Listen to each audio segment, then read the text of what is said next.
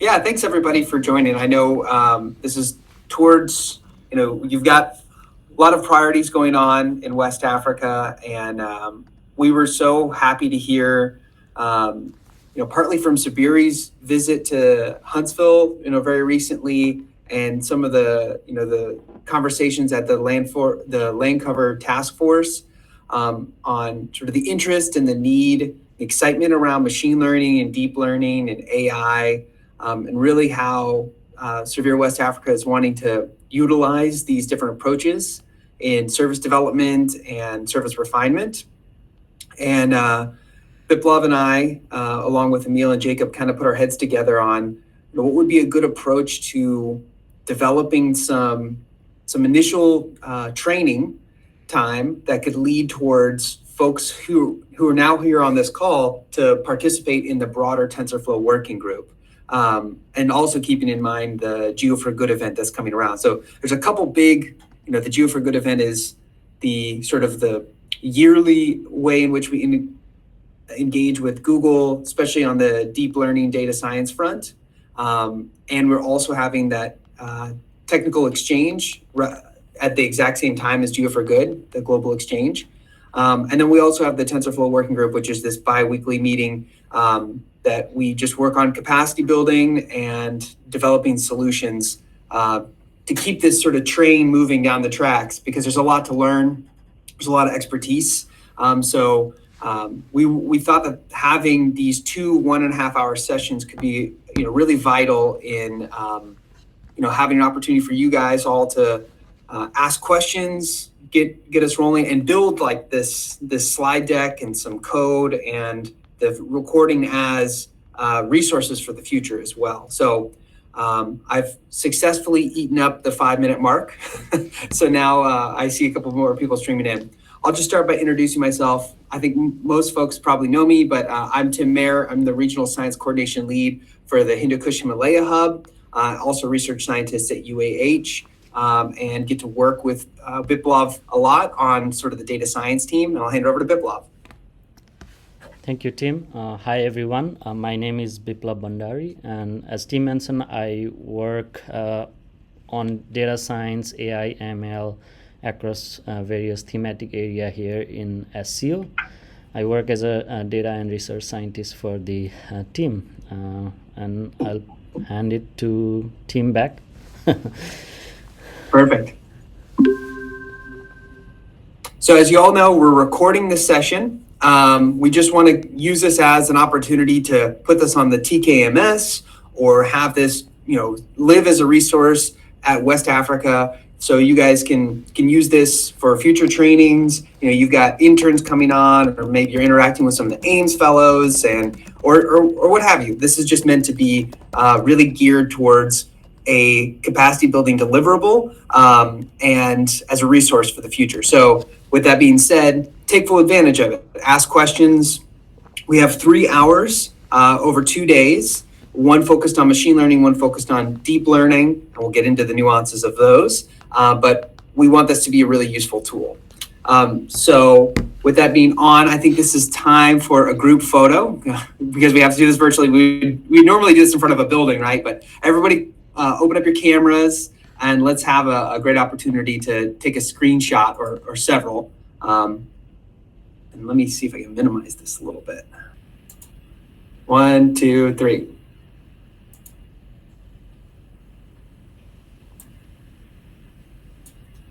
Oh, that looks great. Okay, now let me save that before I lose track of it.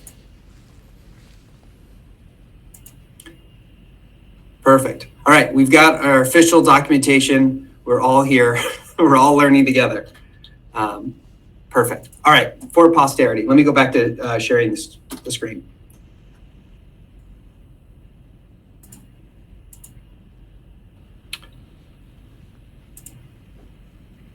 Okay, so with the live setting, the live recording setting, definitely mute your mic, and you can turn off your camera, especially for bandwidth.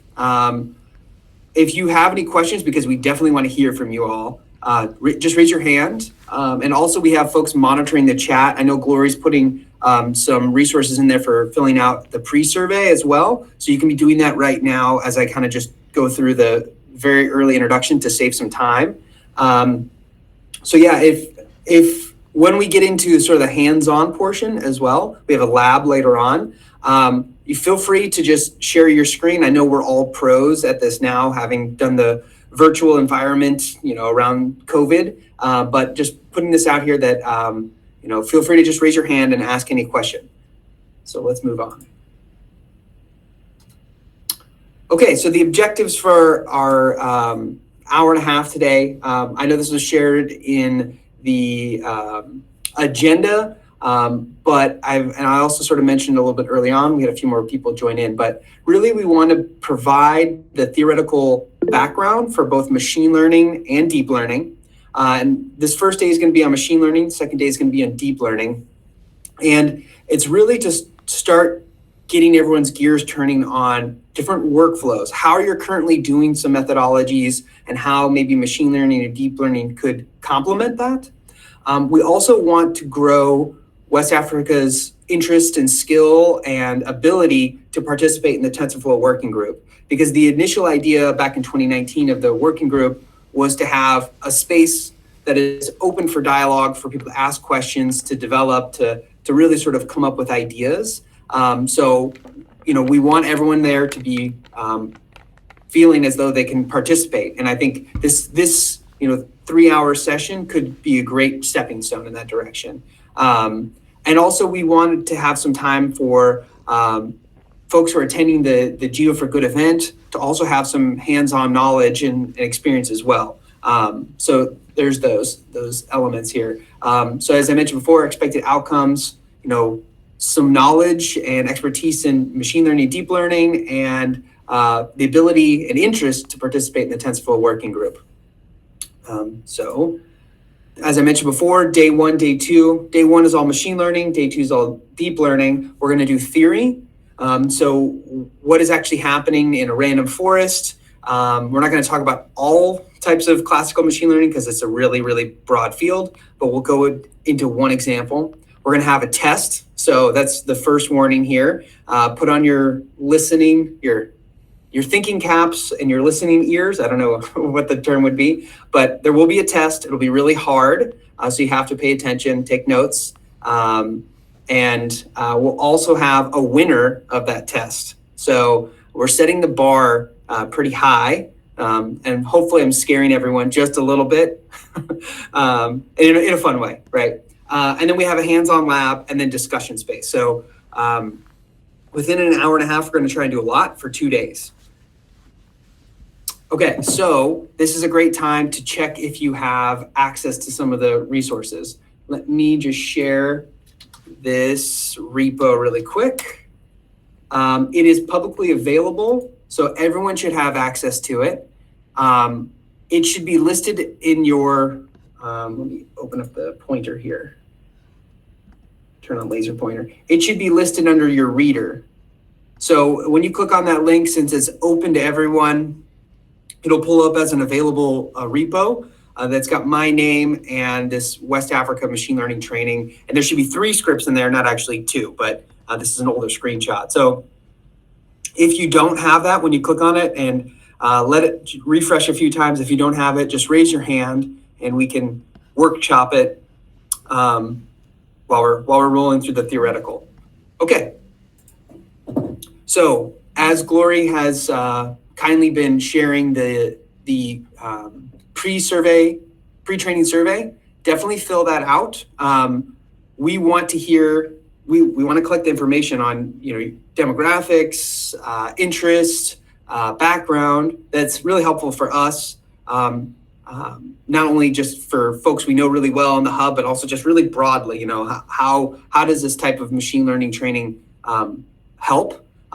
As it also goes into our sort of global thinking on the usefulness of the TensorFlow working group. And at the very end, I know we'll have a summary report that will help to underscore, how useful this type of training was. So please fill that out, and I'll just keep turning along. So at the very beginning, when a couple people, while we were waiting for a couple more people to join, I shared this Jamboard is here again. Feel free to fill that out. It's just a couple of blurbs about who you are. For the sake of time, I'm just going to zoom forward, and if we get time at the very end, we'll come back to this introduction so we can, meet people a little bit more. I know you guys all know each other, but I don't know everybody. So we'll save some time because I know there's like 42 people on the call, and we would basically eat the whole hour. But we want to have that. So, oops, let me go back to that. Okay, so now we're going to switch over to Menti. Very quickly, if you go to join at menti.com and then use this code. So just in another tab, you can put in that 64978281. Helpful to understand what people are coming in with, what knowledge they have, maybe what their use is. Data science, deep learning, artificial intelligence.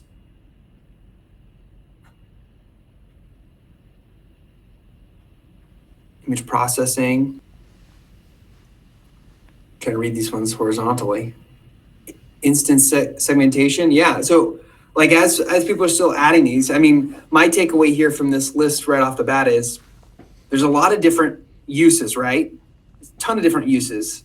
Some of them are very specific, but then there's some that are hyper specific on, instance segmentation.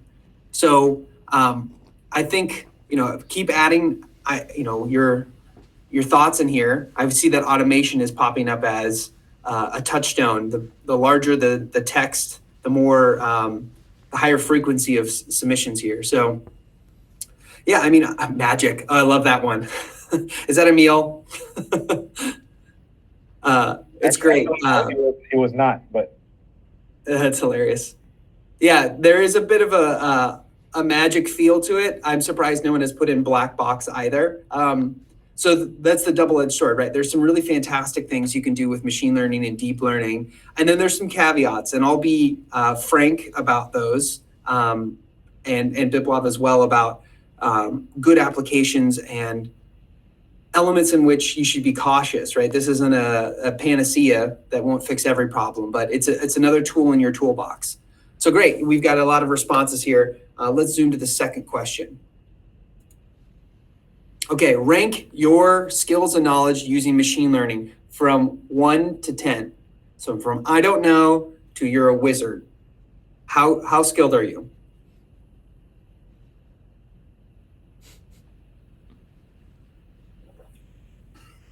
Ooh, we've got an 8.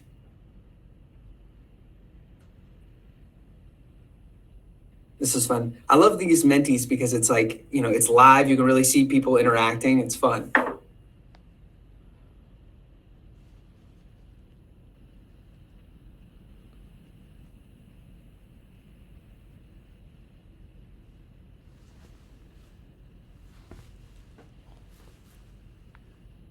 We'll give it a couple more responses. I know you guys are already inundated with surveys, but this is just one more temperature check on where everyone's at. But it's cool to see that, we've got not so much a normal distribution. We've got this kind of, I don't know what waveform this would be, but we've got quite a few folks at 4. Ooh, we've got a couple more experts. That's great to see. So it'll be interesting where we're sort of tailoring this training. Right now, we're going to start relatively basic, right? And then we'll progress to this day 1, and day 2, we're going right into deep learning. So this is really focused towards that machine learning, but it's great to see where everyone's kind of coming in and self-classifying too, which is, always fun. So let me switch back to this tab and we can get rolling. Okay, so I got to make sure that I'm asking the specific questions for the test and don't leave you all hanging when it's test time. So this is a relatively useful diagram, I think, for understanding the history of artificial intelligence, machine learning, and deep learning. And you can see here that artificial intelligence, the way it has been until recent memory, has been really talking about a broad field. And generative AI folks are sort of using that terminology to talk about a very specific type of application. But if you were to take a couple steps back, AI is really sort of like a whole field, with machine learning being a smaller field inside of that, which is very well mirrored to statistics. So this is like a computer science, applied science mirror to some statistical approaches. And then within that, a smaller field, and you can see here the timeline, around the 2010s timeframe, deep learning started to come into vogue as well. And we'll talk about why that is. But you can see here, really think about it as these subsets. So we're starting a little bit more broad with a lot of the advancements. Even though machine learning had sort of existed before the 1980s, that's when more and more algorithms were coming out, and it was more and more user friendly. With like now you can just pull up SciPy and use machine learning. Before, it was very, very complicated. So that's the rough history. So this day one is just on machine learning. Okay, so as we're talking about the breakdown of different fields, there is two camps I would mention. One is unsupervised and one is supervised learning. And really what we mean by supervised learning is you're given the data with labels. So if you're trying to identify rice, you have existing rice labeled points or annotated points that have that information. And then when the model runs and creates that relationship and you introduce new data, it's able to leverage that past prediction, past knowledge to predict on new instances. So that is all supervised. It has the information to begin with. Versus unsupervised, it doesn't have the information. You're not providing that label to begin with. So think of like clustering when you've got data on an X and Y and you've got points within that scatter plot. You're using like a nearest neighbor clustering algorithm to identify the actual distance between those points and the clusters of those points. So you don't necessarily need a label to tell you what's rice and what's not rice, or what's galamsey versus not galamsey. So those are just different approaches within a data space that you can use to segment your data. And we've highlighted this top section here on machine learning. Many folks are probably familiar with regression. It's probably the most common sort of approach, in modeling. And we'll talk more about random forest today. But there's SVM as well. And I'm sure folks are very familiar with that as well. So we're really only going to be talking about supervised learning because that tends to be the area, especially in the EO world, that we interact with in the most. So I know this was shared with the prereqs as well, but for everyone who's really interested in this as well, and you haven't had this opportunity, this is a 10-hour training from Google on machine learning and deep learning. I would highly recommend it. There's still time to listen to what you can between now and this time and until tomorrow. It's just a really great resource, and I actually come back to it every year or so because I find it really relevant. As I'm reading more papers, I come back to it and I have a lot of aha moments. So check it out. It's a free resource, and put that as something you can leverage in the future if you haven't done it already. Okay, so as I mentioned before, there's a broad field of machine learning. Zooming back to this slide, you can see the different algorithms here. But this is I kind of like this as a sort of a network diagram. And most folks are probably interested in, when we looked at that Menti, like image classification, right? It makes sense with the Earth observation field. We're looking at trying to identify features within an image. So having something like an image classifying algorithm could be really powerful. And that falls way up in this top corner where we've got classification, which is a type of supervised learning, which is within the field of machine learning. But you can see these different, essentially, camps where algorithms are performing differently. And really, we can think of machine learning as it's building a model off of that sample data. So that's known as our training data, right? And that's in order to make these predictions. So the beauty of this is when you give it enough data and you allow the model to build this relationship, you're not having to explicitly go and label every single pixel as Galamsey or not Galamsey. You're allowing the model to make that prediction.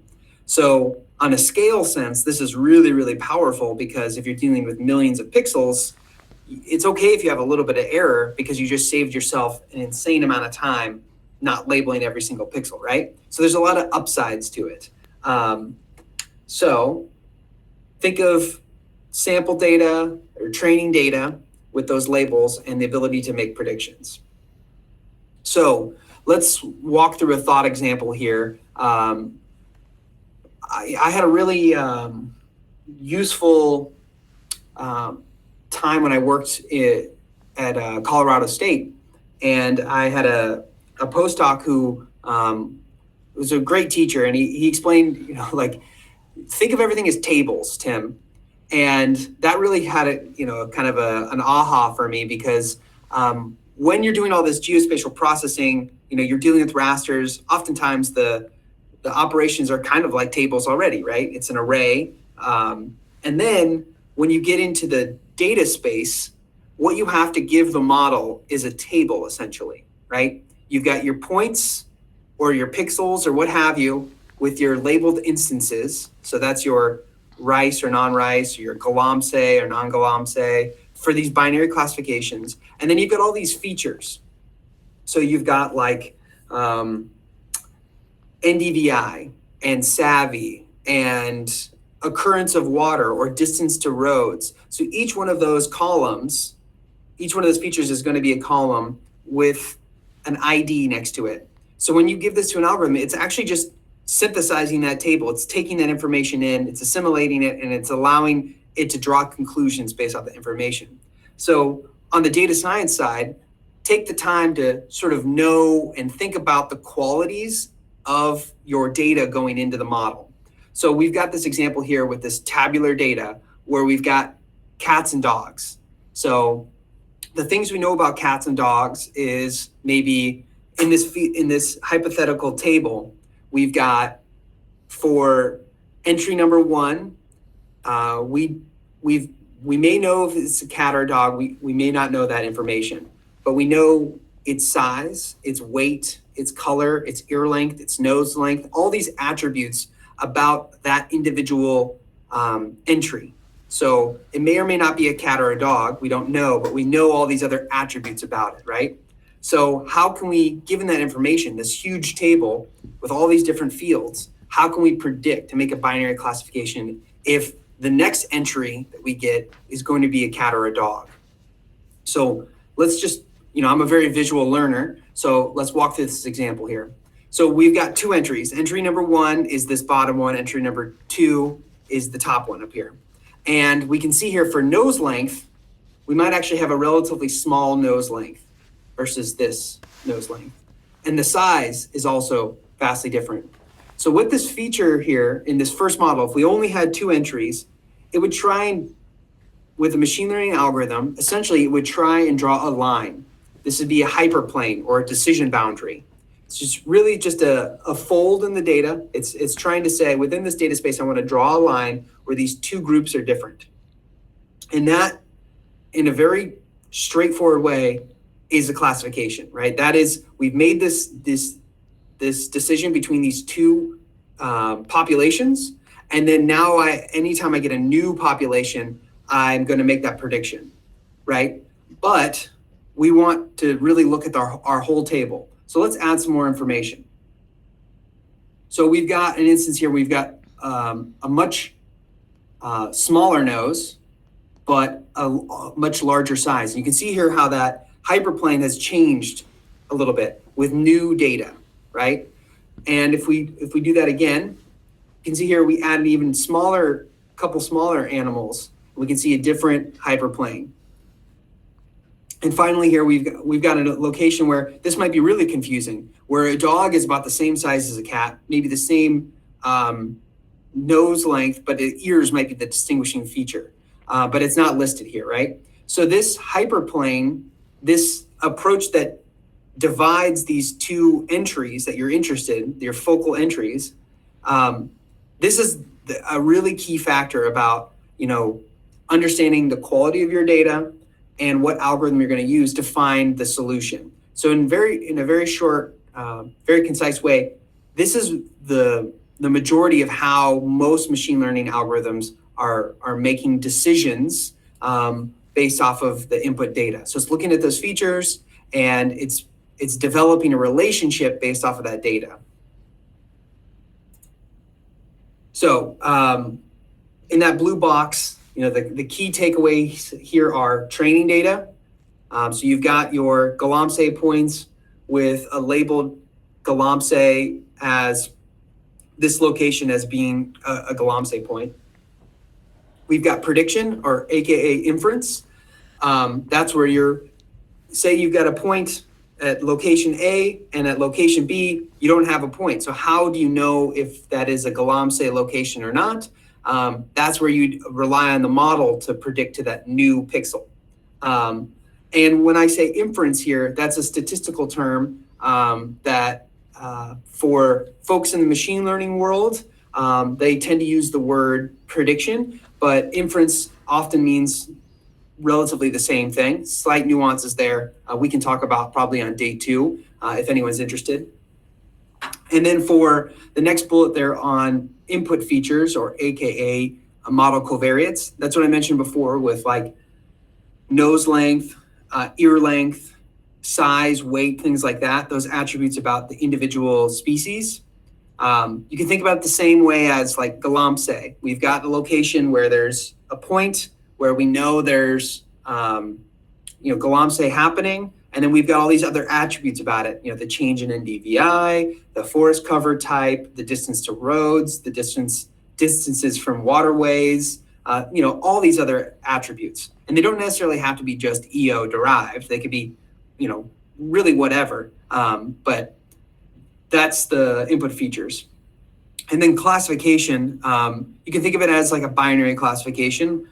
All my examples thus far have been like rice, non-rice, or forest canopy versus non-forest canopy. But you can also have multi-class. You've got many different types of entries, and you're using that to predict 10 classes, and the model can do that as well. There's abilities to do regression as well. So in the canopy cover example, if you had 10% canopy as an entry and 40% canopy as an entry, you could use a machine learning algorithm to identify at what point you could start to identify canopy at a certain percentage of that canopy as well. So you can use not only categorical information, but continuous data as well. So we've got this example here. Again, we think of it as table data. We have this database of Galamsey and non-Galamsey GPS points. So that is this instance right here, with blue being non-Galamsey, blue being Galamsey and red being non-Galamsey. And you can see my cursor is also red, so it might be a little confusing. And we've got this set of Landsat images. So how can we use this information to really start answering the questions of where Galamsey might be? So we're going to walk through another example here.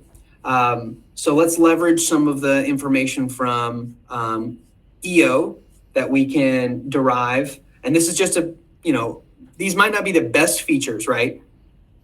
That's where you can start to blend your knowledge, your environmental management or environmental knowledge, ecosystem management knowledge with what are the right variables to understand this phenomenon, because that's really key, understanding the geophysical properties and coming up with proxies for those or direct measurements of them with Earth observations that are relevant to that feature is so critical in creating a valuable model. But we've selected in this example here, SAVI and NDVI. And these are just median composites between 2019 from May to October. So it's just an arbitrary time with an arbitrary index that's a median. And we can see here in this example, we've got a pretty stark two classes, non-Galamsey versus Galamsey at the top. And obviously when you're running in this graphic here, we've got the number of trees that are running through this calculation to identify this hyperplane. And essentially all we're doing is that line ends up being the model, as I had mentioned before. So how do we then take in new information, right? So imagine there's only 100 points here within this data space, and that's all the points for for your field campaign, right? This doesn't have any geographic information. It just has only information plotted by NDVI and Savvy.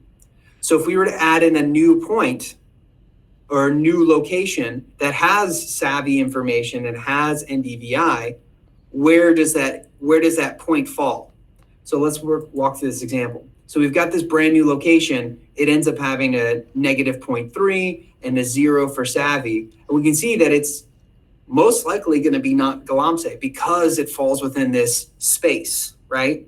And that's really sort of how you should start thinking about the data space and machine learning algorithms, because they're taking the relevant geographic information, but then when they're stepping into the data space, they're shedding that geographic proximity. There are ways to include that in the modeling space, but for this random forest example, it's not being included, right? It's only looking at these and comparing these features, which are Savvy and NDVI. So that's essentially what's happening here. So as I mentioned before, hyperplane and decision boundary are really key factors in identifying these two different classes in this binary classification example. So how will we actually leverage machine learning to answer these questions?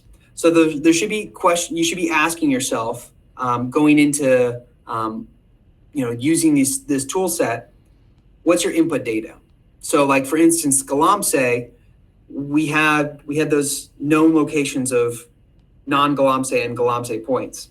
But oftentimes as like technical implementers, all of us in the room here, you might just be handed a data set. You're probably not the person going out collecting the information and running with it all the way to the final product. You might just be right in the middle, right? So someone's handing you the data and then you're charged with sort of producing something, which is great. Like I love being in that sort of middle space, but I always like to take a full stop there and understand the input data. So what is the data type? What's the quality? What's the quantity? What's the evenness between the classes? So do I have 10 million Galamsey points and only 4 non-Galamsey points? And if I'm trying to build a model off of that, I'll probably have some biases or imbalances to begin with, which is really going to influence my model. So I'm trying to develop a relatively even distribution between those classes, because that's really going to be really important. Also, another factor to think about is spatial distribution. If you're going to be collecting all of your points down by, say the ocean in Ghana, and you have like a high concentration of points in one location, but then you're trying to model that same phenomenon, but thousands of miles away, that's going to be really challenging, right? So having a really widely distributed and evenly distributed point collection for the phenomenon that you're trying to identify is going to be really critical. And you want to take advantage of that variability, both geographic, environmental, because if you think about it, say you're trying to identify salt, right? You've got a dried up lake and you've got a salt bed. And from an Earth observation, salt is bright white, maybe surrounded by desert. So it's pretty easy to identify.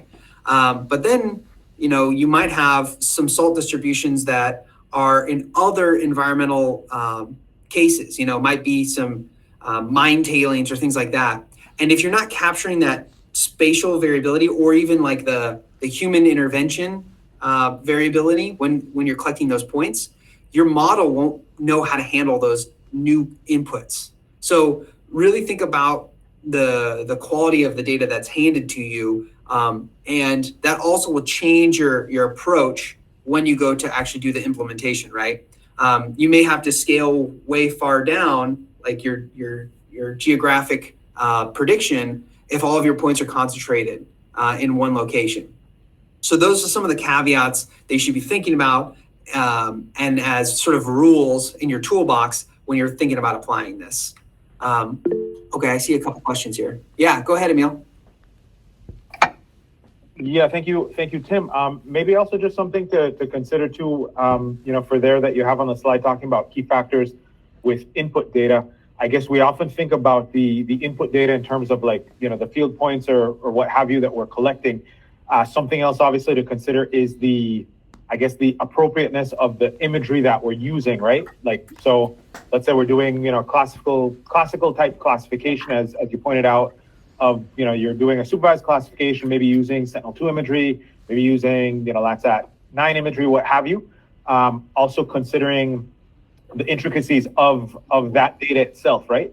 Folks in West Africa, like, folks in other parts of the world, now also exposed to, data from Planet, data from other sources. I think you brought up hyperspectral imagery perhaps a little earlier, Tim.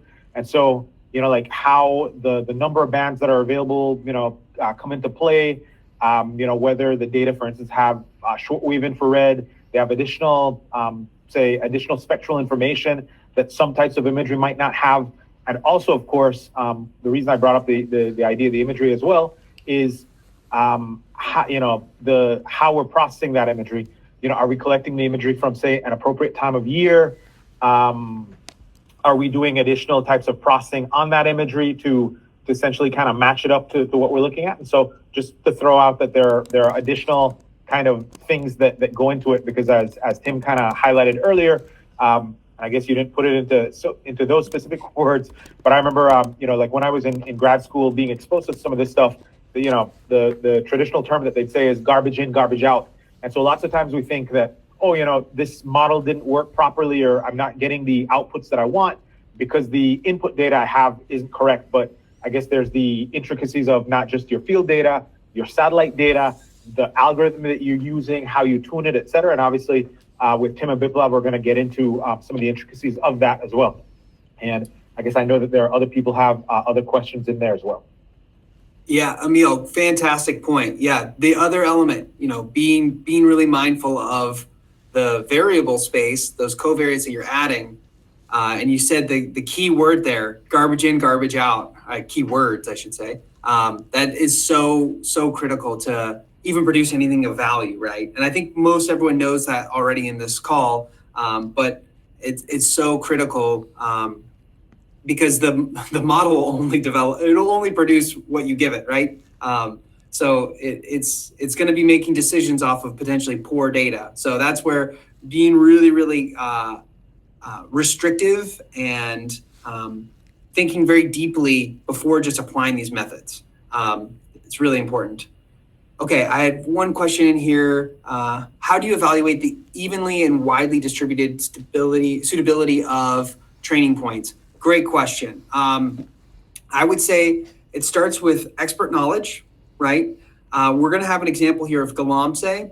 I'm not an expert on Galamsey, right? So I should be probably invalidated to begin with. But if there's people who have that knowledge to begin with, they're capturing, unique instances of Galamsey mining. There's maybe high impact instances, low impact, large scale, small scale. Elements like that type of variability would be really critical for the model to see. And then spatial distribution, if it's happening, if it's widespread, you want to try and capture that in a field campaign in the same way. And to Emil's point, you want Earth observation that also captures that same type of phenomenon, right? So you want to look at variables and include variables that capture that type of phenomenon, either for that time period or for that sort of optics or physics in the atmosphere. So definitely be thinking along those lines. And I would say just apply more scrutiny than you would actually ever, more scrutiny than you never think you need. Just keep coming back to that question, because ultimately when you run these algorithms, you're just going to come back to then evaluating the quality of the model. So you just do this iterative process where you bring in data, you bring in your products, you run the algorithm, it runs like super fast. And then you have to understand the quality of it. Is this even useful or not? And then you just go back to the drawing board over and again. So it's very, very iterative, and taking that time to think about, elements about like how widely distributed the points are, how apt the points are for understanding the phenomenon, how useful the input data is. Those are all going to really improve your model, in addition to like the tuning of the model itself. So the different parameters that they're happening within the random forest algorithm. So yeah, there's a lot to talk here, and we'll save that a little bit more for the discussion as well. Okay, and then the qualities and quantities of input data. Does it comprehensively identify a geophysical attribute, right? If you're trying to identify a specific thing, the indices that you're giving it or the proxy data, is that even really telling the tale? And you need to be thinking about it that way. And how much data do you really need, right? And what kind of data gaps do you already have? Those are just taking that time in advance of that. And we can talk about that in a little bit more. And then one more thing is getting kind of familiar with different algorithms, especially in the machine learning camp. There's a lot of different types of algorithms. They all do sort of similar things, especially in this image classification bubble. And the data that you might have might be more suited for a particular algorithm. And for instance, like random forest can run with relatively a small sample size, a small population, versus maybe Maxent, which might need a lot of points, or SVM might need something else. So when you're making your decision, understand your data first, and then you'll probably come to a conclusion about the best algorithm. And of course, that's where you could be coming to the TensorFlow working group and asking those questions when we get into a little bit more detail, because everyone's sort of going down the same sort of checklist when they're doing their applied science. So when I say thinking about your input data, this is a good way to sort of visualize it. Because again, I'm a visual person, but is your data, does it have this linear quality, right? So if you think about Galamsey versus non-Galamsey, we don't know what these variables might be, but we can see here that it's relatively easy to draw a hyperplane, right? So like a regression algorithm or SVM or a random forest could easily pull this data apart. Like that's what they're designed to do. But then we might have something like this, where within this data space, there is this tight cluster that doesn't really interact with any of these other locations, any of this other space. So it might be like median house prices in a particular census or something like that is already geographically tied to, but then when you look at it in a data space, uncoupled from the geography, we see this tight cluster. And that's where a clustering algorithm like a K nearest neighbor would be probably really successful, because it's not going to draw this really awkward hyperplane. It can just cluster those together as their own instance. And then we've got this location here where we've got really inseparable data. So we've got highly mixed data or tangled data, and we can't really use these two approaches. So on day 2, we're going to talk more about deep learning, which helps to draw really unique, potentially overfit types of hyperplanes, decision boundaries. And this is really relevant because it allows you to also apply more knowledge about your training data, like looking at a patch of information as opposed to a single point. So that's really exciting in the deep learning. Yeah, Emil, go ahead.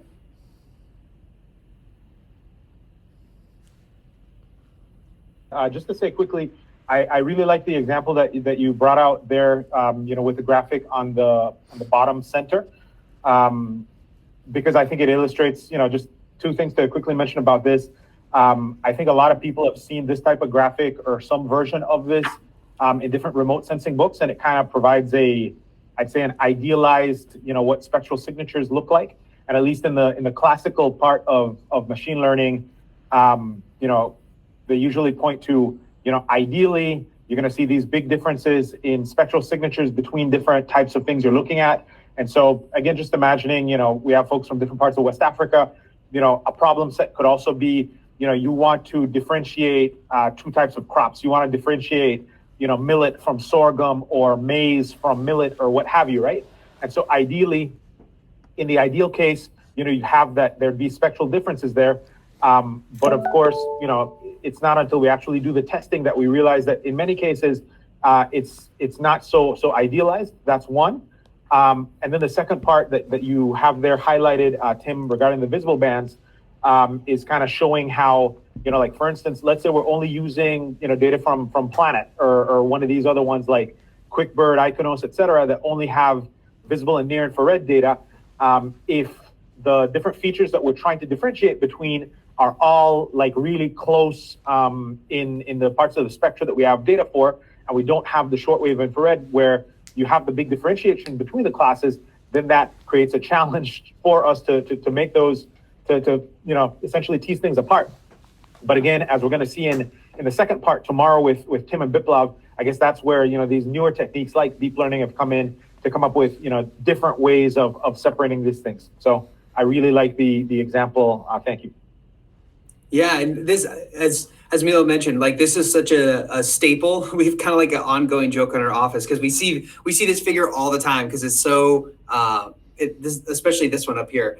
It's so telling of sort of what you're sort of driving towards when you're trying to identify that key physical property or optical property that really helps to distinguish the classes in your mind, right? You're sort of applying this data science lens and then this geophysical lens or applied science lens, and you're trying to merge them together. And another good example could be like elevation, right? Think of something so simple as we were doing this project in Bhutan and we're looking at low-lying rice fields versus high elevation terrace rice. And it doesn't matter how effective you can identify the greenness of the rice or the wetness of the fields. The biggest telling factor was the elevation. Like that was one of the best features to begin with, just because of the way in which the rice is already cultivated. So knowing that kind of knowledge and taking advantage of it can be really, really useful in an informative input variable. Okay, so then we've talked a little bit about the different algorithms, and one of the questions or the elements I had here is get familiar with the different algorithms. And in the classical machine learning, this is not by any means all of them. This is just a few that you probably interact with, like a cart or BRTs or GBRTs or random forest. And I like this figure a lot because within that, like the past example you had right here, it's going to give you 3 or 4 decision trees, SVM, Bayes, and nearest neighbor. It gives you 4 different types of algorithms and how they're performing on this data, theoretically, right? And you can see here, they're all basically doing the same thing, right? And they might do it slightly different, but they're still segmenting that data. So, you can take advantage of any of these algorithms. Some might have pros and some might have cons, but they basically do pretty similar things. So I would say just be open to learning new algorithms, but also learn the caveats associated with them. And this is a good example of random forest, what's actually happening here. When we're developing these hyperplanes, it's segmenting this data space to say, I'm going to make a split here to segment this data here and then here. And you can see here with 3 lines that it draws, when it's segmenting this data, we end up with a pretty good classification with only 1 misclassified location. But then if you wanted to capture this and really push the algorithm, we'd end up having to create 6 total splits. And that's 3 times the amount of partitioning, right? Just to capture this 1 location. And this is a good demonstration of an overfit algorithm, because what happens when you get introduced with another red point that's right here? It's going to be misclassifying that. So you want to balance your specificity of the model with the flexibility of the model to interact with new data points. And this is really more about just, good modeling practices, but I love this representation of this is really what you're sort of interacting with when you're doing that iterative modeling stage. Okay. And then let's go hyper basic, like very, very basic. I gave this training to folks in Bhutan in May, and a lot of people were like, oh, that makes perfect sense. So I wanted to include it. It might be too basic, but I thought let's just keep it anyways. So we've got this input of data, right? We've got two classes, ones and zeros. And within these classes, we can see here that there's some features. Some are colors. So we've got some red, we've got some blue, and we've got another feature which is underlined. Some are yes or no. So these two we can see are underlined and these are not. So looking at that top line, we want to identify a new location. So like we've got something that just popped in, and it's another zero and happens to be a red zero. So how do we separate this, right? We can see it's kind of complicated. We've got, two classes, a couple of features, we've got a new input. What do we do? So we can leverage a decision tree. So the first question you might ask is this new entry red, yes or no? The second step would be, is this underlined? So you can see here we've got this immediate segmentation right off the bat. We've got splitting this data yes and no, right? But we haven't been able to identify this. So we want to see if it's underlined, and we can split it again. So within these two rules, we can identify a location where this is not underlined, but it is red. So with a very simple decision tree, you can find out something that is relatively nuanced within your data. So we're just going to scale that way up with way more features, with way more complexity. But in a sense, that's what we're sort of driving at, right? So this is a great representation of something relatively straightforward, but we're going to apply that from one tree to many trees. So this is where we get into the world of random forest. And I always like to talk about random forest because it's probably the most applied version of machine learning. It's relatively straightforward to leverage. It's available in Google Earth Engine, and it really lends itself to a lot of the EO classifications that we already do. And the power of random forests is the ability to ensemble. So in this other example here, we had a single tree that came to a conclusion, right? But that's just a single decision tree. But where we make a forest is where we have multiple trees. So that's the beauty of random forest, is we have a single tree. Tree number one is coming to a conclusion. Tree number two is coming to a conclusion, and n number of trees. So you could specify, do this 100 times over, and then it's going to take a majority vote across all of these to identify the best class. So it's taking advantage of a large set of computations to come up with a final solution. So that's really powerful. That single tree has now become an entire forest. And then that random factor is on this next slide here. So the beauty of the random forest is if we stay up here at this very top in population P, we've got, say, three classes, a blue class, an orange class, and a red class. We're going to take a random subsample of this data to create our first random forest. So we're just grabbing these 4 points, for instance. Then we're going to replace that data and sample again. So that's random sampling with replacement. So we may get that same point, we may not.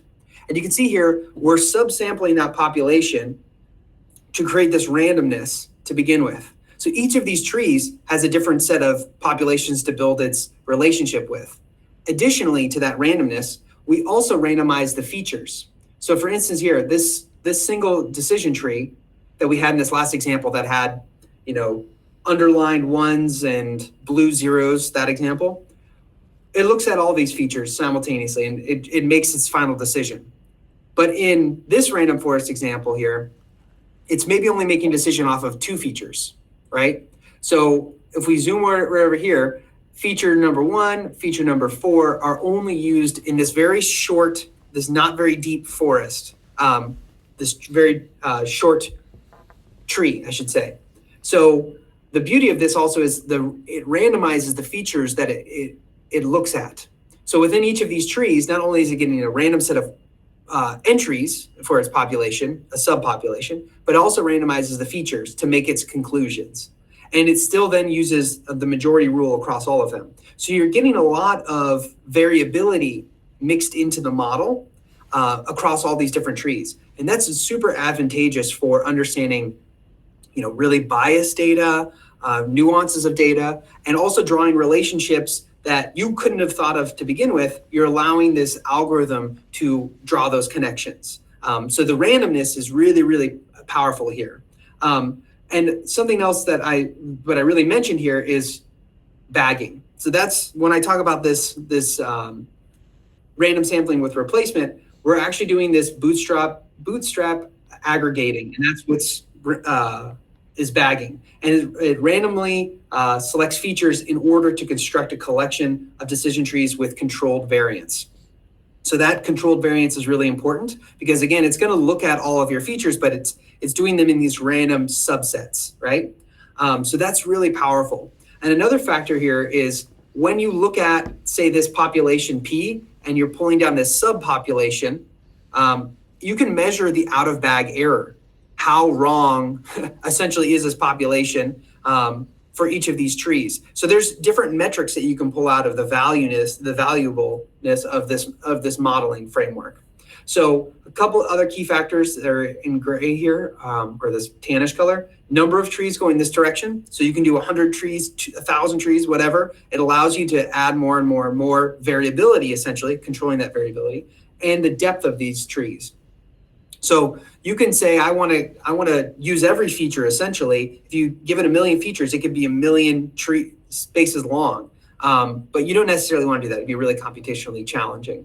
So these are some basically parameters that you can give to the model. And then it does this final ensemble. So this is a lot to consume, but this is sort of what's happening and the value from a random forest perspective. And we'll get into that with the remaining 30 minutes of this. So the pros and cons just for random forest, it improves upon the decision tree, that first example, because it allows basically a large committee. You have a huge set of trees. It's going to ensemble across all of them, many trees, and come up with a majority solution. So that's really valuable, right? It looks to reduce that overfitting by allowing bagging and also a metric for the out-of-bag error. So you can then deal with overfitting with this metric. You just have to be aware of it. It's easy to implement. It performs well with a low number of points. It's computationally inexpensive because all it's doing is basically drawing a statistical tree, and it's low effort. And then the cons is it can't handle tangled data. Like back a couple slides, we had that really tangled data. It's going to make a really overfit mess. One key bullet here I'll highlight is if the problem is super simple, you may not need random forest, right? You may not need all of this magic, right? You might just need a simple linear regression, or maybe you're just looking at a spectral peak or something like that. So just because I'll get on my soapbox for just a second, just because you learn these skills and you have them becomes a hammer, and then everything becomes a nail. And I'm guilty of this. I'll use machine learning for things I don't necessarily need to. So just be aware of that. Don't overcomplicate it. And this algorithm is still very overprone to overfitting. You can take care of that with monitoring your out-of-bag error, but it's all about the application. Okay, and then Emil said it already, but this is really key. 2 major takeaways: the so what's. Garbage in, garbage out. You're going to get a bad model if you don't spend the time understanding the qualities of your input data, your input features to begin with. It's going to be bad, and it's going to be within your side, your camp, to really understand why this is. So think about garbage in, garbage out. And then this last quote is from George E.P. Box, and this used to be when I worked at the USGS. This was in the modeling room above the computer. It said, all models are wrong and some are useful. So I love this quote because, this famous statistician is straight up saying that, we have all these tools at our disposal, but they're all going to be wrong, right? They're going to get pixels that are incorrect. It's going to misclassify things. Every model is going to be wrong, but it's up to you and stakeholders and the technical teams to understand the value of what's been created. So always keep that in the back of your mind that all models are wrong, but some are useful. So that's a great takeaway. So now we've got our hands-on lab. We've got about 25 minutes left. We might be able to squeeze a little bit of discussion in as well. So we're going to talk a little bit about Galamsey. And this is where I'll switch over to the Google Earth Engine, and just raise your hand if you can't get access to it. I shared it before that it should be in your reader. So let me switch that tab. Okay.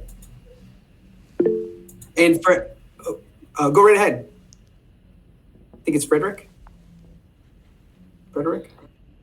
From what you just explained on random forest, it gives me the idea that, for example, if 10 different individuals with same input parameters should run that model, they're likely going to have different results. Is that correct? That's actually not correct, but there's something we'll talk about called the setting. It's the seed value.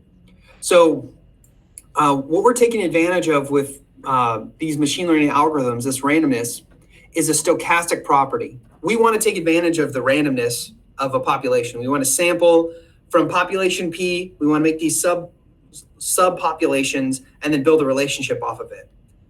But the challenge you run into is if you were to then come back to it in an hour and run it again, you might get a different result, or someone else might get a different result. So you have to set the random state.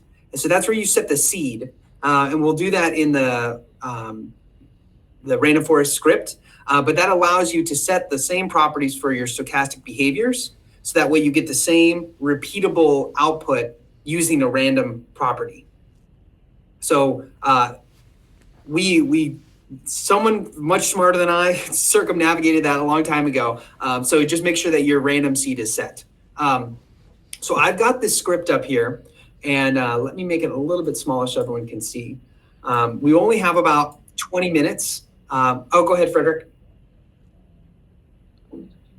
I think it's Jacob. Jacob? Oh, Jacob, go ahead. Hey, Tim. Yeah, I just raised my hand because there's actually another question in the chat. So I just wanted you to check that out. In EO data, they are mostly spatiotemporal and during sampling and training. How do we manage to randomly select from a certain temporal period or spatial location? Okay, yes, that's a challenging question, and I would say it's mostly related to study design. So for instance, I'll go back to this rice mapping effort because that's just fresh on my mind from some of the work that we did in the HKH region. But rice is grown at a particular time. There's a transplanting stage where it goes out in the field, and then there's a flooding of the fields. So there's like this water presence, and then the fields are drained, and there's a harvesting, and then there's refertilization. So there's a cultivation practice that happens. It's very, concrete. It happens at the same time every year, maybe 1 or 2 days flexibility. So we can key into those phenomenon, those changes on the landscape, with sub-selecting those temporal periods. We did a lot of testing as to, what's the particular time frame? Should we do every 15 days, every 30 days, every 6 months, a full year? When do we develop those composites? But we really dialed into the farmer behavior and the cultivation practices. And the same thing could be happening for any kind of phenomenon. You just need to sort of think about it as, what bookends are happening with this phenomenon, and how do I capture that with the right indices or the right, spectral information. And then for the spatial locations, I would say that's really tied to the variability on the landscape. If you're seeing a particular phenomenon happening in just one location, it's hyper specific. You may not need points from all around, the Sahel region, right?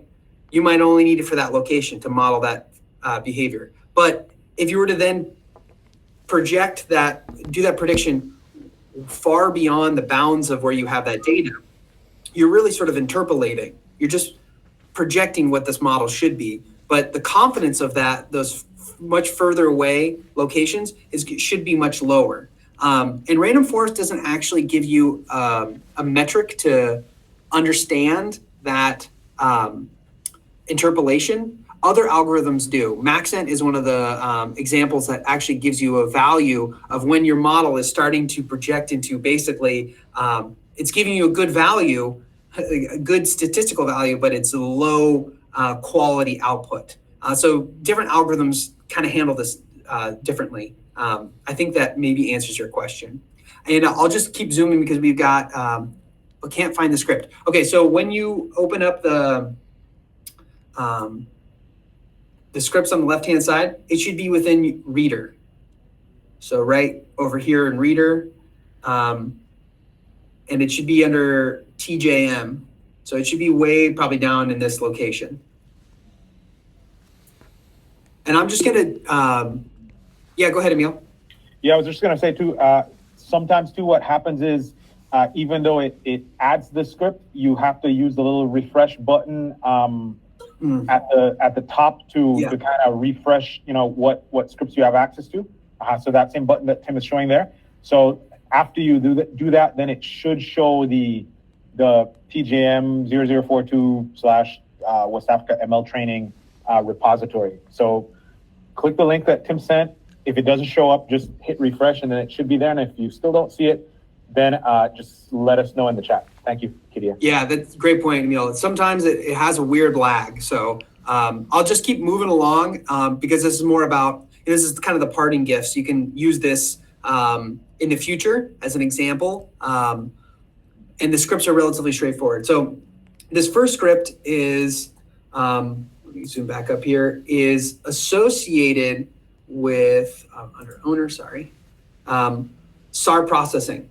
So I won't go into this because this is all sort of remote sensing and not machine learning, but I wanted to just highlight that we have this very detailed pre-processing Sentinel-1 script to produce a radiometrically terrain corrected and Lee speckle filtered processed Sentinel-1 image for ascending. And the reason why we do this, what Emil brought up before, is understanding the quality of your input data, especially from the covariate side. You want to do a lot of pre-processing and understand the pre-processing to get a product that's valuable. So the GRD data that's available in Google Earth Engine is not great. So we added this script to basically produce this pre-processed image collection, and then it's available in the next script. So this is one thing you can use in the future. It's essentially just it's a pre-processing script. But I didn't want to just skip over that and let you guys have it and think about it. So we'll just jump down to the second script, which is the meat of what we're going to be talking about. And that the final image collection from script number 1 is available in here. It's just an open asset that anyone can use. So feel free to read through this. It's got 9 distinct steps in this code. All of it is already commented out. So we'll just go very quickly through this code and uncomment it together. And then we can ask questions. Feel free to stop me at any point. So let me, okay. So first step is we're going to define our date and our region of interest. So I've arbitrarily selected 2017, just looking at some of the Galamsey data that was available in the West Africa Google Earth Engine asset space.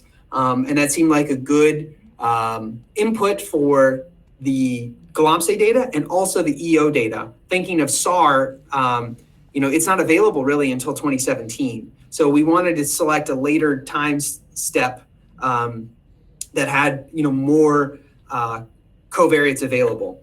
So then we've got Ghana, and we selected that country, and we've added a geometry. So we don't want to look at the entire country. We want to just look at a sub-region. So that is this geometry right here. So let me scroll in. We've looked at this smaller location near the ocean, and then we've just intersected that location with the full country. So if I hit run, just these few lines included, we can see here that we've got this ROI, which is this location, right? It's that box intersected with the country bounds. So now we want to add in some input variables. So I'm just going to go to the section 2 and uncomment all of this. So we've got Landsat 8, surface reflection, and we've got Sentinel-2. And I just pulled in this Sentinel-2 example from some of the other Galamsey scripts that Jacob had shared with me as well, that are some of the other approaches that are being used. So I'm just kind of grabbing different data sets. By no means is this the way it should be done. Definitely take more time and sort of understanding the nuances of each of the input EO data sets. but I just want to get a lot of examples here so we can run the algorithm. So we've got Landsat 8, Sentinel-2. We've created these NDVI composites with Sentinel-2 in particular. This is taken from some of the ongoing work at West Africa. So if we add this, we hit run just in step 2, all it's doing is basically adding these to the map. So we've got some data, which is great. Let that load. Perfect. So we've got some input data. Now, one thing we should be thinking about is, let's just uncomment all of this. We've got a single function here. That function is called optical indices. It takes an image collection and a region of interest. We've got a region of interest already. We've got a couple of image collections defined up above. And what we're going to do is we're going to remove all the clouds. So this first function goes into each image collection like a deck of cards, pulls out a single image, goes across every pixel, identifies where a cloud might be, and removes that pixel. So that's the first thing. Then it takes that single pixel information and performs an operation on it. So it might do an NDVI, NDWI, all of these different indices that are being produced. So it does all these calculations and then puts that card back in and produces a new image collection that we return with a single image collection with all of these bands added. So it's a very strong, pretty mighty set of scripts here that produces all of these different indices automatically. So we've got this optical indices here. Here's a trick question. When we hit run here, what happens? This is kind of hard. Like I told everyone it's a trick question, right? Nothing will happen. That's the trick. Because we're not calling this function on anything, right? In Google Earth Engine, it's not going to actually run until we have it applied. So this is just, we've defined a function. We haven't said run on anything just yet. Okay, and then we add in our Sentinel-1. This is that indice, the preprocessed indice that's available within the asset space. Everyone should have it as well. It's just the ascending Sentinel-1 preprocessed. So now we want to apply that function I mentioned before. So we've got this variable, which is optical indice out. It's taking in our Landsat and our region of interest, and it's producing all of our indices that we mentioned before. Now, in addition to all of that, once I hit run, we added a couple more data sets. We added a JRC data set, which is it's from Peckel et al. From JRC. It's total water occurrence over like a 50-year period using all of Landsat. Obviously, because Galamsey is highly tied to water changes in water, this could be a great variable. And then we've also taken in this urban population and looked at locations where there's urban centers, because obviously Galamsey is not happening in city centers, and those phenomenons between urban and Galamsey kind of are very close to each other, right? So we wanted to get a variable that helps to sort of distinguish them. So we've done this aspect right here. If I scroll over, we've got this variable called band prep, which adds the shuttle radar topography, our elevation, all of those indices, JRC, the urban population, as well as the Sentinel-1 and the Sentinel-2 final NDVI. So we've got a ton of bands we've just added all together. And essentially this has created a single table. This is a feature collection that has all that information for us. So when I hit run in the console, we can see here, this band has 20 images, or has 20 elements.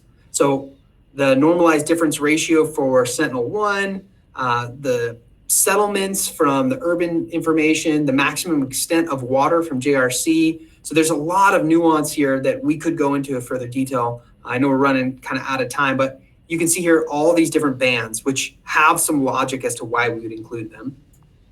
Okay, so now let's get into the data prep aspects. So this is where you can get engaged. You can do this on your own.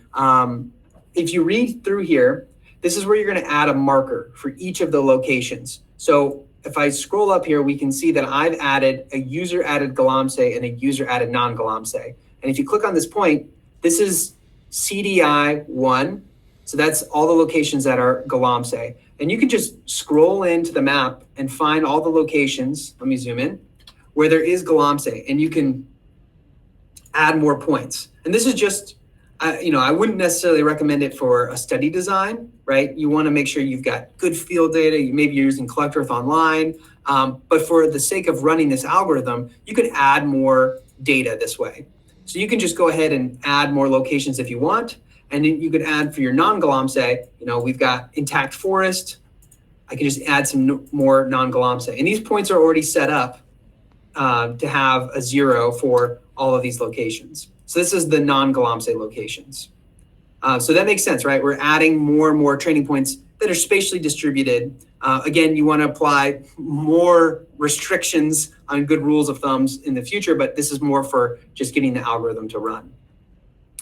So this walks you through adding more locations. You can just do 20 or 30, what have you, for each of them. And I've already included some to begin with. And then let's go ahead and open up step 5.3. So if we hit run on step 5.3, we can see that, let me make this just a little bit bigger.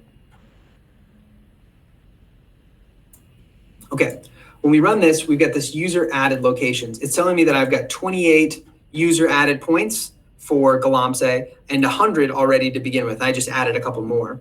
But then at the same time, we are also adding the 2017 points that are available, right? So then we want to add this data together. So this is where we take anytime the CID is considered 1, we want to convert that into being a Galamsey point. So we're just doing a little bit of data handling here to make sure that the input data is 0s and 1s for Galamsey and non-Galamsey. And we're selecting that year. So the final output here for this Galamsey points, if we look at it in the console, first example here, properties CID 1, year 2017. So it does all the handling already. And that's what we want to give to the algorithm. So now let's go into step 6. As I race against time, we've got this training sample. So essentially what we're doing is we're extracting. We've got a location where across the entire study area, we've got all these pixels, and we want to go and select for these locations where we've got input information, and we want to sample that region. So we want to go to that geography, we want to go to that feature collection and sample the Galamsey points and that label information. So this is creating our training sample, right? Thinking back to the theoretical aspect, we did all this work to create good training points. And we add this random column where essentially we split the data 70-30. So we have 70% of the data used in the training and 30% used in the testing. It's pretty standard approach, but this is what we're using here, okay? So this is, when we print this, we can see the dynamics of the data. So this could be a good measure of when I talked about the balance of your data. Let this run. And we can see what, for our testing and training, how many points we have. If this is running, I think it is. Okay.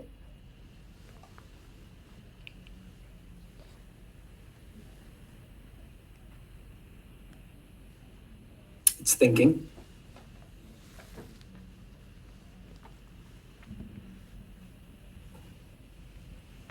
I'm skipping ahead while it's thinking. So it's calculating, as it's doing the sample region, it's calculating all of the features that are in there. Just minimize that while it's still thinking. So then the step 7 is where we define a random forest. So if you were to read the documentation on the random forest within Google Earth Engine, it needs a feature collection, a list, and an image. So we've created a function here that allows you to do all the operations that you need in a relatively straightforward function. Essentially what this does is it pulls in which we're sampling now, our list, which is our band name. So that's this right here. Or our list, excuse me, CID is our label. So that is we considered CID as being presence, 0 or 1, 1 being Galamsey. And that's within the feature, right? And then our list is up above. So then we've got all the information we need for the random forest right here. And so I'm just gonna go ahead and add step 8 because we're running out of time. I apologize. and hit run. So we have a product to work with here. Let me make this a little bit bigger. Uh-oh. Here we go. Okay. So now we've added all the layers in the random forest. So when on step 8, this is where we're actually applying the random forest model. Training data are bands, which is these 20 bands right here. And then our band prep, which is that image, which is well up here. Band prep. Excuse me, right here. Yep. So this is that image of all of the different bands. So this is what we give to the algorithm, and it performs in this function here, and it provides all of these outputs. So it's going to provide a chart of the variable importance when it's by performing the random forest, it's going to use this .explain to take advantage of the decision tree that is being produced. And it's going to then plot this information in this histogram. So if we open this up, we can see here that of the variables that we included, settlements, MNDWI, NDWI, so these water indexes, settlements, and the normalized difference ratio of Sentinel-1 seem to be important while these other ones are not. Again, this is just a tool to be thinking about when you're in that iterative modeling stage. And then we've got all of these different metrics, which we can go into detail more if you want, but we're out of time essentially. And you can see the model being performed here. So let's zoom in. This isn't the world's best classification, but it could be useful, right? All models are wrong, some are useful. And we can see here, just with some indices and about 30 seconds of that run, we can see here that we've got a classification that's able to identify relatively well some of the Galamsey locations. It's also misclassifying pretty significantly as well. Like right over here is a great example. So this is exciting. Definitely check this out. And then I'll end with this final script over here on script number 3. It's a little bit more detailed. It's the entire script for the complete lab with far more training points. So you've got 400 non-Galamsey points. So the model output is much better. And you can just go ahead and try and run through that. So let me zoom back to the correct tab here. All right, so we've got 2 minutes left. It's hard to do a training virtually with an hour and a half. So this is a walkthrough of all the steps that we just did to produce this Galamsey classification. And you can use this model to really understand how did it perform.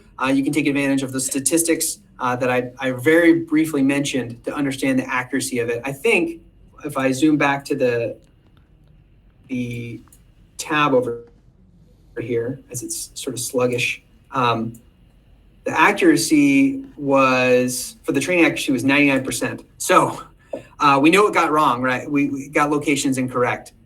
So just because it's giving you a good statistic doesn't mean the model is good. So just be thinking about that. Or actually identifying, just add a caveat to some of these statistics when you're reporting them, because it might give you a really high value, but when you look at it on the map, it might not make perfect sense. So you might want to use a different statistic like Cohen's kappa coefficient to help sort of tease out the value of your final product. Okay, so we've got a minute left. I think we still have time if a couple people want to run a little bit long to do the Kahoot, the final test to see who the winner is. So let's put that up, because I know we're already over time, but I feel like we'd be losing out on a good opportunity to do a fun test. So let me share this tab. So I know we're over time, but if everyone wants to, you can participate. You just need to go to kahoot.it, and then you can add in this pin. This will allow you to join the game. And there's about 5 or 6 questions, and we'll dawn a winner, keep the excitement high for when we jump into deep learning, and hopefully we'll have a lot of discussion space also. I know I ran over on the discussion time, but see Sabiri, feel free to add in everybody else. And I'll give it like, a couple minutes. I know that's Emil. So while we're adding folks, let me read through the comments because I know I ran long. If there's anything else, can't find the script. Me too. If that didn't work, okay, here's the script. So yeah, as people are joining, any questions as I zoomed through the random forest? Well, one thing I'll mention as people are still joining in, if you look at script number 2, there is within the random forest step number 7, there is properties like numbers of trees, variables per split, minimum leaf population, bag fraction, number of nodes, and seed.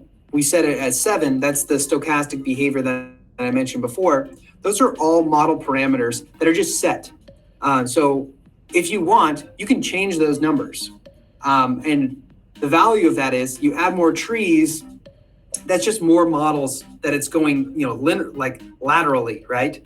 But it just ends up being more computational effort. So just think about that as, one of the negatives of adding more trees, but the value is you get more variability, right? That you control that variability. So you can play with those parameters on improving the model process. And that's sort of the iterative component there. But for when you actually do implement the random forest that we ran through, you can see how simple it was, right? It's just making a decision, drawing that hyperplane based off of those 20 variables that I gave it. So I see we've got 19 people in with 45 people in the call, excluding myself. I'll give it a few more minutes if people are still switching over. It's just the kahoot.it. All right, we're at 24 people. We're gonna do it, we're gonna roll. Okay, so for everyone who hasn't used Kahoot, the way this game works is we're gonna start the quiz and then you have to respond and you get points for being accurate, right? If you know the answer and you correctly answer it, you get points. You also get points for how fast you answer. So at the very end, it's gonna tabulate not only how fast and how correct you were. So you get more points for being correct, but you get additional points for being fast. So I know we're challenging network issues, but this is all just for fun anyways. So let's go. Okay, machine learning algorithms build a model based on blank in order to make predictions without being explicitly programmed to do so. So they build models on blank. Is it garbage in, garbage out? Training data / sample data, cats and dogs, or inference / prediction?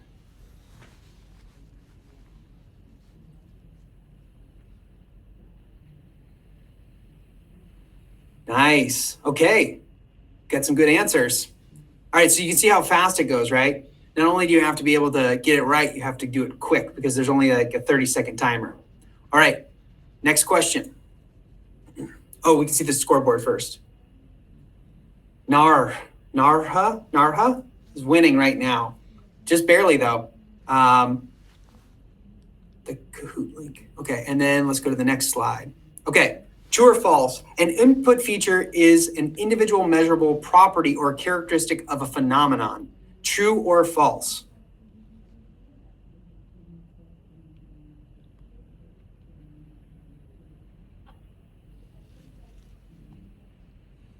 Getting a lot of responses here. Okay. 2 seconds, 1 second. Nice. A lot of good answers. Let's see what where this scores shake out. Mary zooming up the leaderboard. Very nice. Okay, next question. True or false? Decision boundary is a hypersurface that partitions the underlying vector space into 2 sets, one for each class. True or false?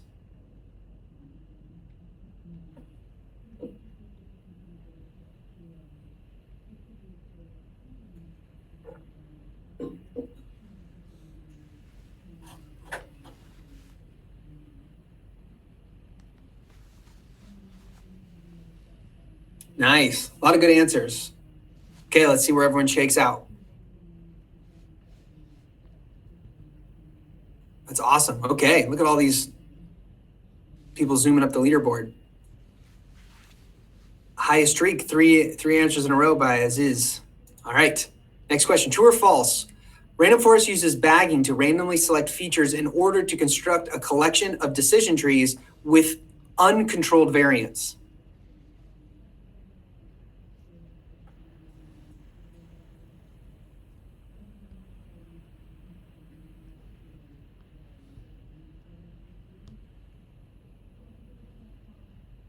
"21 answers. Ooh, split camp down the middle. All right, that means we got to go back to that one. Okay, let's see where we're at. Ooh, zooming up. All right, I think we maybe have 2 more questions. True or false? Diversity of solutions is a valuable trait. True or false?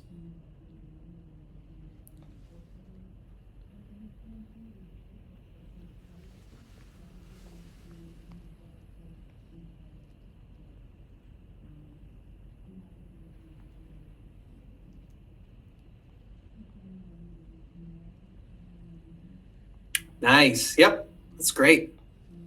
Okay, maybe this is the last one. Let's see. It's a close race. Everyone's in the same sort of space up here. All right. Random forest is a blank learning method for classification that operates by constructing a multitude of decision trees. Is a ubiquitous, a single, an empty, an ensemble.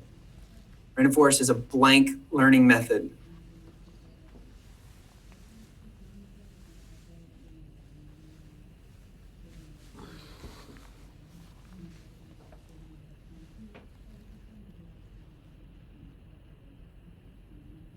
Nice. A lot of people put in ensemble. That's wonderful. Okay. Next. This might be the last one. See your scoreboard. Sabiri well out in front now. Okay. True or false? George E.P. Bach said all models are wrong and some are useful. True or false?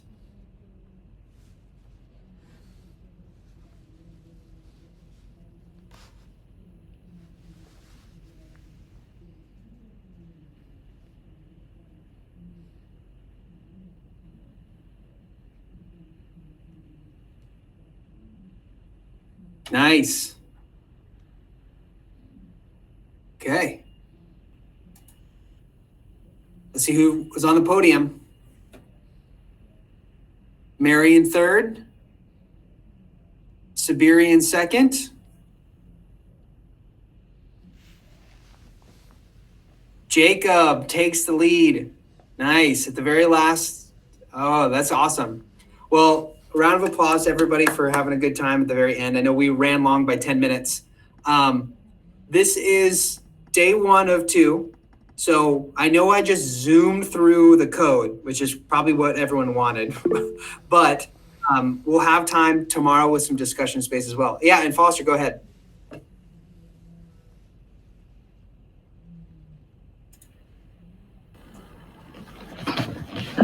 Yes. Thank you very much for the GEE script. And so I just wanted to find out if you think that from your experience, the random forest algorithm will do as good, given that it's simple to implement and not too expensive to use. So I just wanted to find out your take on that in relation to our wanting to adopt a deep learning approach. Do you think we can go for a machine learning or a deep learning approach? Over. Yeah, great question. I feel like I'm constantly sort of thinking which one should it's like you're shopping for a car or a house, like which one should I buy? What do I really need? And with something like random forest, it's very simple to implement. It's relatively easy to understand where you came from at the very beginning to your final product. Obviously there's some space within the random forest that's sort of decoupled from what is easy to understand. That's the black box nature of it. And because say for Galamsey, the phenomenon that you're sort of looking at of impacted riverways is relatively easy to distinguish between forest and urban, right? That class isn't very well mixed. You can identify it pretty easy from space, which we just did in that random forest example. So in that sense, it's pretty straightforward. I think you could get away with a random forest model and just really fine tune it. To your other element of that question, though, of deep learning, I think it's really valuable to learn deep learning, like to actually have that skill set and leverage it, because the field as we know it is really advancing in that direction, because deep learning takes advantage of more and more data. The random forest, you're going to have to go and conduct these field samples every year. It's really data intensive in that way. As opposed to deep learning, it's even more data intensive, but it can rely on even more and more data that you may not even have to collect. So like the field as we know it is really sort of shifting in a way that you're going to be able to take advantage of more and more data sets and get a conclusion that's really valuable, all in theory. And the other element that's really valuable to deep learning is it's not tied to a single pixel. Like we did that example of dropping points in the code, and it's going to build the model in random forest per pixel classification. But you can actually use deep learning to do a full area, so like a neighborhood of pixels. So you're taking a patch of pixels and then taking the feature space within that neighborhood of pixels to develop a model. So it can actually look at like a wider phenomenon. So you're looking at a bigger aperture of space. And that's super important when you have a really complex challenge, really tangled data in that sense. So there's pros and cons on both sides. And Foster, to your point, I think if I would always start with doing the simplest approach first, like can you identify Galamsey in this example with just a spectral analysis, right? Looking at NDVI change, is that enough? And if that's the case, that's so simple. You can course correct and you can develop a service that really leverages something so simple like that. If you can't, then maybe try a regression or random forest. And if that still doesn't net value, then you can go to like deep learning and really sort of start tackling that tangled data problem with an even more complex set of tools.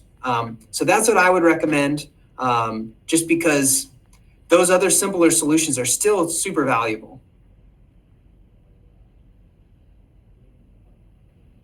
Any other? Oh, go ahead, Glory. No, I'm fine. Thanks. I thought other person put up his hand before. Okay. Maybe we should start rounding up now. Yeah, I think if there's no other questions, if you do have questions, write them down, and we'll have some space at the beginning of the day tomorrow to address them. Take a little bit of time looking at those scripts that I shared, because I know I just zoomed through them, but we'll have some space to talk a little bit. And this is all about getting everyone sort of excited about machine learning and deep learning, to ask a lot of questions and participate in the TensorFlow working group. So definitely be prepared for tomorrow, and thank you all. Baco, I see your hand up. Over to you. Yes, thank you, Tim. So I have one question or concern. So for those who are beginners or almost beginners, do you think that it's not so? Is it easy for them to follow?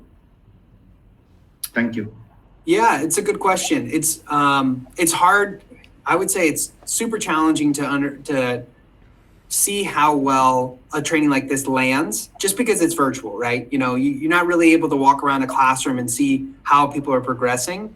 So that's where I really rely on everyone to let us know on the training side what doesn't make sense, and you add in the factor it's a short amount of time. So those are the things that we're up against. So definitely let us know what could be valuable, and we'll also have the beauty of this, Baco, is that this is the very beginning, right?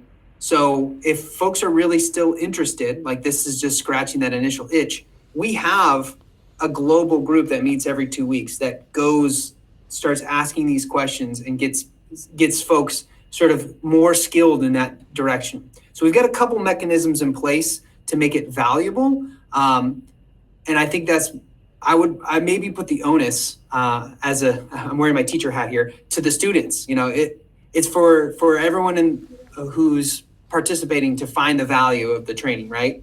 And then come back to application questions. How do I use this? I don't understand these 4 components, but I want to understand these 4 components. How do I get to that end product?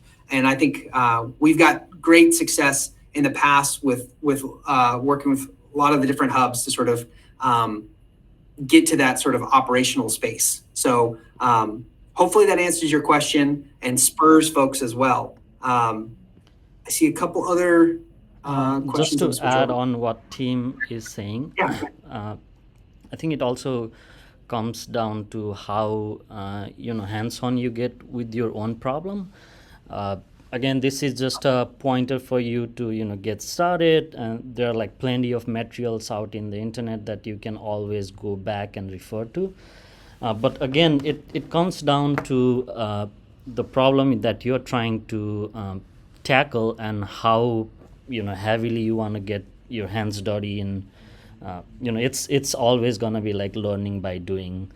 So just to add that out there. Yes, and then to also add to it, Tim, the idea first of all for this training was so that we use it as a launch pad in West Africa to actually start a regular meeting that will help all of us ask questions and try to solve problems together in West Africa. Now, in the process of that, if we have any need to actually call you or somebody else to come and talk to us, we will do that. So I want to encourage every one of us that is in this meeting now to be ready to join a group, which I will send out a call. And if you are interested, please join us so that we take this step by step. I mean, like Barco said, some of us are in the very low end of things. We can grow ourselves together. And then we can bring in Tim and Biplov and Emil and Jacob as we go. So I will send out that call and we shall start that. Yes, Tibi. I just wanted to say that I think it's really interesting. The glory, we need to think of mainstreaming this kind of training in a hackathon mode where we can work some kind of online hackathons, because I think the kind of audience that we have and some of the newcomers that we have on the team would be very comfortable running these kinds of distributed online hackathons for particular tasks. And I know that we've discussed it in some cases in the context of Galamsey and new activities we could have to add to what Foster's team is already doing. But I think that this needs to be mainstreamed, and it goes really well with the kind of new approach we discussed, Glory, on the capacity building. So I think that's matter for thought in the course of next year.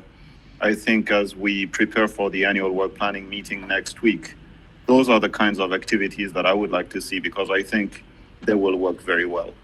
Over. And thanks to Tim. So thank you very much, Tim. I think we should start rounding off. Thank you very much, Tim and Beplo. I want to also thank everyone that has joined. Please, it is important that you fill the, pre-test form. By tomorrow, I'm going to also send a post-test form. Please, it's very, very important that you fill it. If you need me to send it again to you, I can do that. And then also, it's also important that you also fill the attendance sheet. I'm going to send the attendance sheet to us after now. So we meet again tomorrow at same time, 3 p.m. in Nigeria, 2 p.m. in Ghana. I think it's 12. What time is it in 9 a.m. in the US, and so on. Thank you very much. Yes, Tim. Thank you. I just want to say thank you all for attending, asking good questions, feeling the ability to stretch, go into new territories. It's always a fun experience. We're going to have the great opportunity to listen to Biplav tomorrow, talk about deep learning. Super exciting. This should get your gears turning on like, wow, I can't believe this stuff is possible. So thank you all. Write down your questions because we'll hopefully have some space. I know I just zoomed past it all. Thank you to Glory for setting all this up and being such a great team player. It's fantastic to work with him. And I'll see you all tomorrow. Thank you, everybody. Thanks, All right, everyone. team. Bye-bye. Thank you, everybody. See you tomorrow. Thank you very much. Please don't forget to fill the form.